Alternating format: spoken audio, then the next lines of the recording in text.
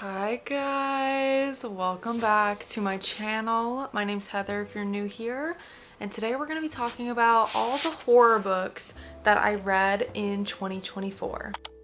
I am normally a romance reader.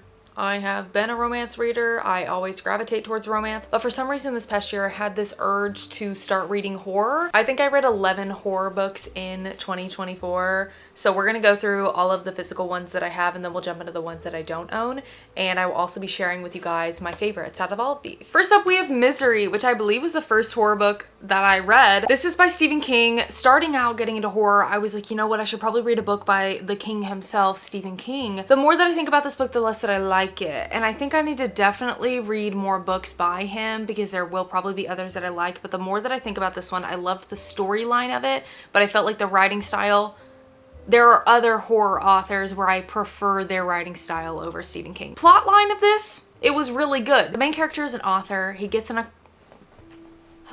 The main character of this book is an author. He gets in a car accident at the beginning of this book and he wakes up in his biggest fan's home and she will not let him leave. It was gory, but not too gory. With this being my introduction to horror, I was okay. And I'm someone who, I've never read it before, but watching horror movies used to send me into a panic attack. Like the first time I ever watched Bird Box, I had 2 panic attacks.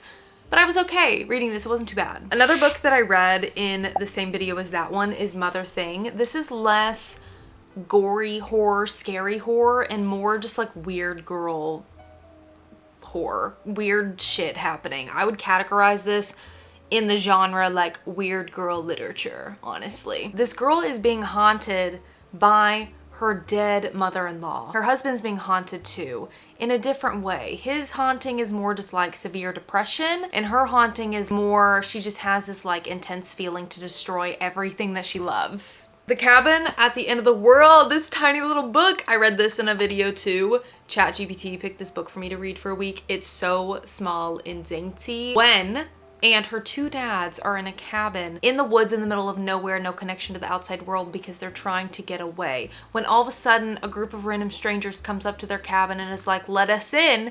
We need you to help save the world. I, while reading this, kept thinking, what would I do in this situation? Would I let them in? Because I can't ask anybody what is actually going on. What would I do if someone came knocking and they were like, we need you to save the world or everybody's gonna die? This is apparently a movie now too. I think it's under a different title. I don't know if I will ever watch the movie because this made me super emotional, and even thinking about the ending of this, it actually makes me want to cry.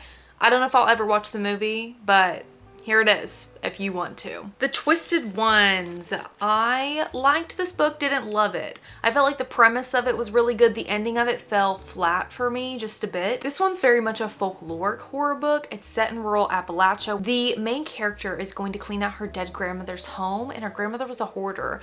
So the home itself is already in the middle of nowhere, and it's really creepy. Setting-wise, on the exterior, a bunch of creepy things keep happening while she's staying there to clean the home. I would just burn it to the ground at that point. She doesn't even like her grandmother. Why wouldn't you just burn it, to the ground?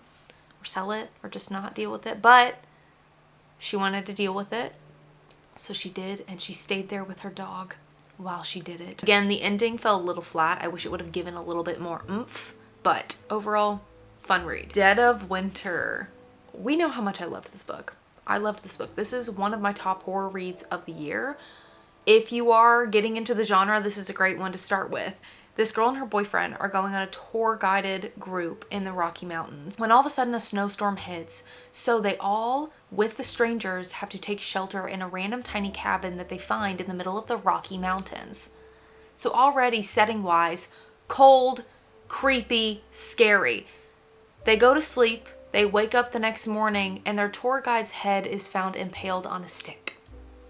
Brian's head, I think his name was Brian, found impaled on a stick. One of these strangers kills for sport. Who? Read it and find out. When I tell you the plot twist in this book had me, I read it in a video and I was hooting and hollering in that video, literally running around my living room because it actually had my jaw on the floor. It had me so frightened to a point I had to sit on my couch and remind myself, Heather, you will never be in a snowstorm in the Rocky Mountains. You will never be in this situation, so you have no reason to fear. No reason at all. Calm down. get your breathing under control. Before we continue with today's video, I do want to quickly thank the sponsor, which is Parade. You guys know how much I love Parade. Parade is my go-to company for bras and underwear. I wear them religiously and have for years now. Their products hold up so nicely, they're so comfortable, and they're incredibly flattering, and I have never gotten a product from them that I didn't absolutely love. When I'm wearing a bra, I don't like to feel like I am wearing a bra, if you know what I mean. I don't like the way most bras feel, but I am incredibly comfortable every single time I wear my Parade bras. I'm wearing one right now, and I have this specific bra, and I kid you not, 5 different colors at this point. I love it so much. It's my go-to. The fabric on this one is the Replay fabric, and it's not only super flattering on your body, but it just feels like butter sitting on top of your skin. Parade just launched their new That Lace collection for Valentine's Day. I got one piece from that collection since it came out. One of their bralettes in this color. I actually wore this on New Year's. You don't need a special occasion to wear lace. You can wear lace whenever for you, and I do. Parade's That Lace collection is sustainably made. They launched 11 new lace pieces, and they are all so beautiful. I love the colors that they have. Because of the That Lace collection, I like it that much. My go-to is not only bras made with Replay fabric, but it is also bralettes from their lace collection because they make me feel really pretty when I have them on, and they're just beautiful. I love Parade. Thank you guys so much for sponsoring today's video. I love your products. I use them every single day. And next time you guys shop Parade, make sure to use my code and you can get 30% off site-wide. Love you, Parade. Love you, Parade. I'm wearing your bra right now and I'll wear it all day. This Wretched Valley. I got this book, I think, at the beginning of this past summer when I was in LA with Taylor. Also, Taylor, if you're watching this, I still don't think you've read this book. We bought it together. She probably hasn't read it yet. Actually, I know she hasn't read this book yet. Read it. This trip that this group of people goes on is kind of one of the guys' big break. He's out to find the next big climbing, what's the right verbiage to use for that? Climbing expedition, I guess. He's trying to find a rock where like climbers will really love it, and he'll be known for discovering this new place for climbers to go. Once they enter the area of land that he saw this rock in, it's almost as if they're sent into this like vortex that they can't get out of. There's a lot of paranormal aspects in this book. So they get there on the land, a lot of creepy things keep happening. At some points they're trying to like go back to the car, and every time they walk a certain amount of distance they end up back at their campsite, and they can't seem to get out. On the back it says, Dylan is still missing and no trace of her, dead or alive, has been discovered. Were the climbers murdered? Did they succumb to cannibalism? Or are their impossible bodies the work of an even more sinister force? The next two and last two physical books that I have here are both by Brom. The first book that I read by Brom, Slewfoot. I ended up listening to this on audio, but I really wanted a physical copy of it simply because of the artwork in it. That's my favorite thing about Brom, is he does all his artwork on his own, and it is thrown in throughout the book, and then there's a bunch of chunks of it in the middle of the book. And I went on a deep dive on his website to look at all his art, and there will be a piece of his art on my wall one day. It's so eerie and creepy and dark, and I love it. I want a piece of his art so badly. Slewfoot, set in colonial New England, irked me because something about colonial New England, women really didn't have many rights. Women really weren't supposed to voice their opinions, you know. Women weren't really supposed to be speaking up or doing different things, or else they'd be like, witch! Witch, she's a witch. Kill her, she's a witch. Abatha, the main character of this book, continually was accused of being a witch and accused of just being like an awful woman who needed to be killed or taught to know better, because she really did speak up for herself, and that is a big reason why I loved her as a main character so much. Abatha, towards the beginning of the book, is recently widowed, and because of like the laws during that time, she is able to take over the land, take over the estate, and actually as a woman be like a man during that time. It feels like a lot of different people, one specifically, but it feels like a lot of different people are continually coming after her and trying to take her down because a woman shouldn't be doing that. She ends up taking the help of an entity. Should we call him an entity? We're gonna call him an entity. And we kind of get to watch her bond a little bit with Slewfoot. Again, this was my first introduction to Brom, and it kind of blew me away. I loved it. And then the next book that I read by Brom, Krampus, I read this a little bit before Christmas. I like this one better. This is, out of the two by Brom, this is my favorite, and I think it's because I read this right before Christmas and in the midst of the holiday season. There's something about reading a book that is holiday-esque during the holiday season that just makes you feel a little bit more connected to it. This is another one of those that has the art throughout. I've showed you guys a little bit of the art. I read it a little bit and I think a couple of my Vlogmas videos.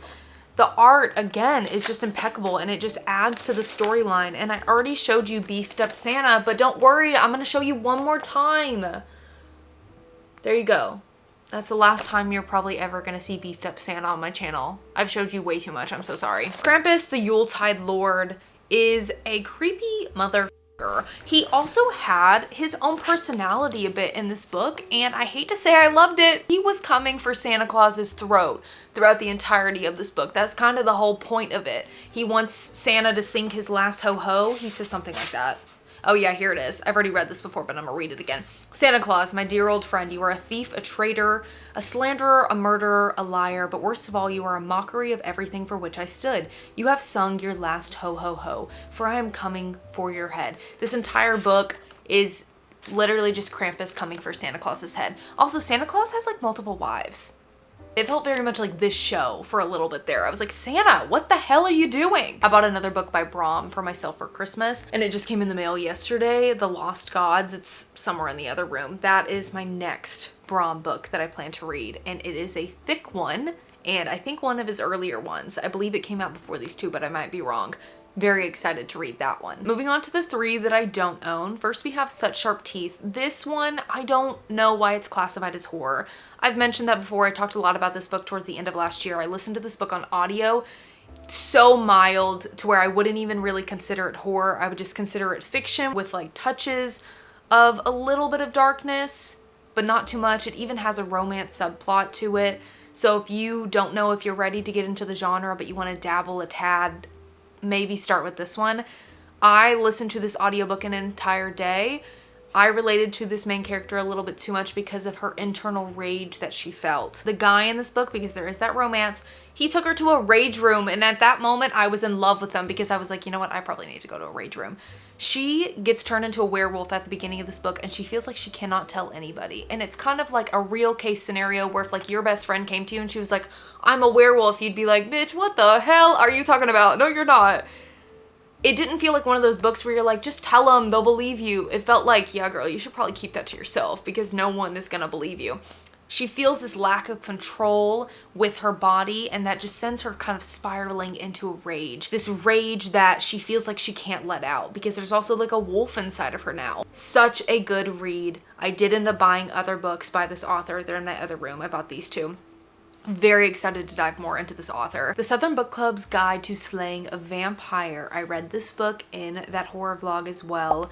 This is another one of those reads where I enjoyed it when I read it, but because of these other books that I ended up reading towards the end of last year, it's not a favorite of mine. It's not it's good, it's just very slow. And the more that I think about it, not the less that I like it, but the less that I think it is actually my style of book. It was a little bit drawn out in a good way, but definitely slower, not super suspenseful, which is something that I think I actually really want out of my horror novels when I read. I need a little bit of that oomph. What was funny about this one is the Southern women were so stereotypically Southern women, it was comical. And so watching them have to deal with this vampire that has come to their town, but them also not really having a voice for themselves because of the time period this was set in, they were wives. They were seen as like wives to husbands who keep quiet, don't voice your opinion, and we don't actually want to hear anything you have to say. So watching them have to like navigate taking care of this vampire because no one would believe them or hear them. Interesting. And then the last book that we have is Hidden Pictures, which I gave 5 stars, and I freaking loved this book. I was reading this book at 11 o'clock at night, and it freaked me out so much because there are legit pictures in this book. I had to be like, you know what, let's put this down and start reading a rom-com because I'm gonna cry. The main character in this book goes to nanny for this family and their one child. Their child likes to doodle, likes to draw, and he draws pictures at the beginning of the book that the nanny gets to see, and they're very much childlike, but they slowly morph into very detailed and creepy as hell pictures. And the nanny's like, did you draw this? And he's like, yeah. And she's like, there's no way. There is no way. It felt throughout it like someone was watching over their shoulder the entire time she's watching this kid. And so you're reading it and you're like, is there a paranormal aspect? Is there someone in the woods? Is there someone drawing these pictures and giving them to the child? What is going on? The plot twist in this one had me hollering. It had me spiraling almost. I was like, whoa, did not see that one coming. Let's see, what are my favorites? I think my top 3 horror novels of the year are going to be Krampus, Dead of Winter, and Hidden Pictures. I'm very excited to dive more into this genre this year. 2 of the authors that I want to read and have plans to read more of their books, Darcy Coates and Brom. I already have 2 Darcy Coates books on standby, Voices in the Snow and Hunted, and then Brom, like I said, about the Lost Gods, and then there's another one of his books, I can't remember the title off the top of my head, that I just put a hold on with my library on Libby. Want to read this one as well. And those are all the horror books that I read last year. Bye. I will see you guys next week for a vlog.